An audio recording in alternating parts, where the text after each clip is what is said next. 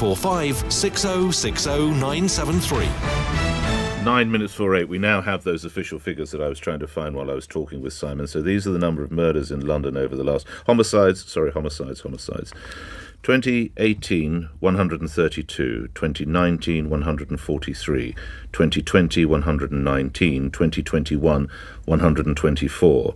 So 2021 is clearly up on 2020, which was down on 2019. But the suggestion that homicide is declining is clearly wrong. I give you the two most pertinent figures: 2020, 119, 2021, 124. Now, we must tread carefully because, of course, these affect the lives of many of you listening now, but having Simon getting his figures so palpably wrong, it is necessary to go back. So 57 is where the country is, where London stands currently. And that does not look good, really, against 124 for last year, which was up on the preceding year some 5. So the suggestion that it is declining is clearly absolutely wrong, and he needs to get those figures correct. Should we move to other matters and celebrate something? Because it would appear Britain is the first country to approve the bivalent, if I'm saying this right, this new vaccine known as, here we go, Spikevax Bivalent Original, or Omicron, giving a green light to use as a booster for people of a certain age group. Its design is to target 2 different forms of COVID, and it should be in place as part of the autumn booster programme. Details now from Conservative MP, Vaccines and Public Health Minister Maggie Throup, who joins us. In layman's terms, Minister, what does this jab actually do then? Good morning.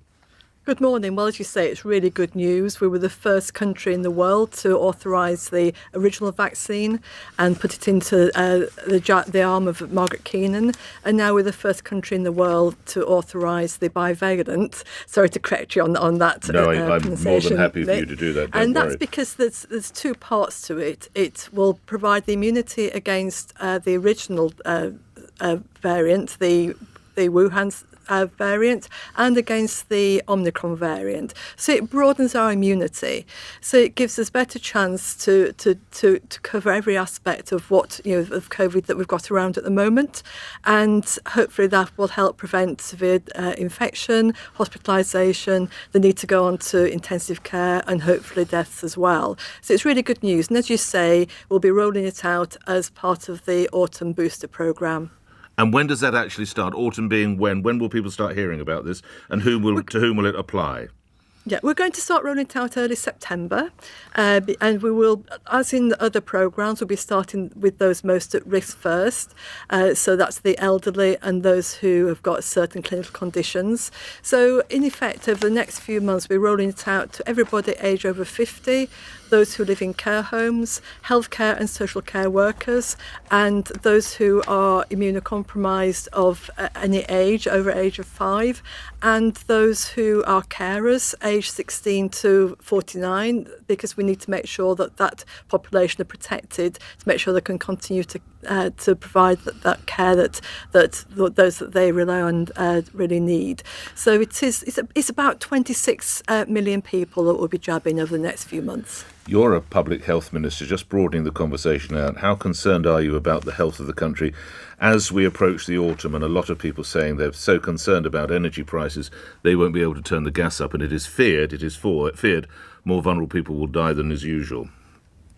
Well, that is a concern. It's something that we've taken into consideration when we've looked at our vaccination programmes. And I think we're rolling out the COVID jab. We're also rolling out the flu jab. So we're providing as much protection as we can to those who are most vulnerable. And where possible, we'll be what we call co-administrating the flu and the COVID jab, so people can have both jabs at one go.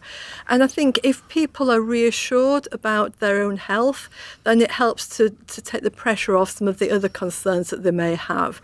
And yes, you're right, people who perhaps don't heat their homes as much will be more vulnerable, and that's why, as I say, we're putting that ring of protection around the most vulnerable with our vaccine programme. Lastly, I note, well, it says here you are supporting Rishi Sunak to be the next leader of the Conservative Party. Is that still... you're a bit of a lonely band now, aren't you? Because I know that Robert Buckland and now Chris Skidmore and also Alan Cairns, the former cabinet minister, have all changed sides. Why are you keeping the faith?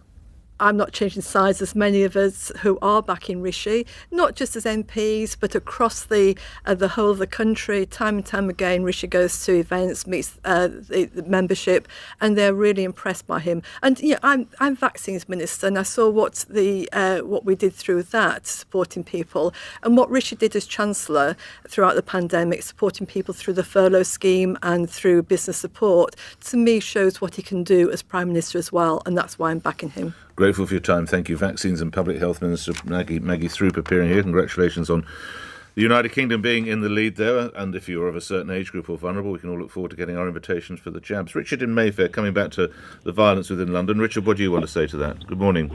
Nick, hello. Good morning to Hello. you. Yes, I work between Mayfair and the city. I live just outside of Reading. But I've worked here for 23 years, and Yes. the gentleman that came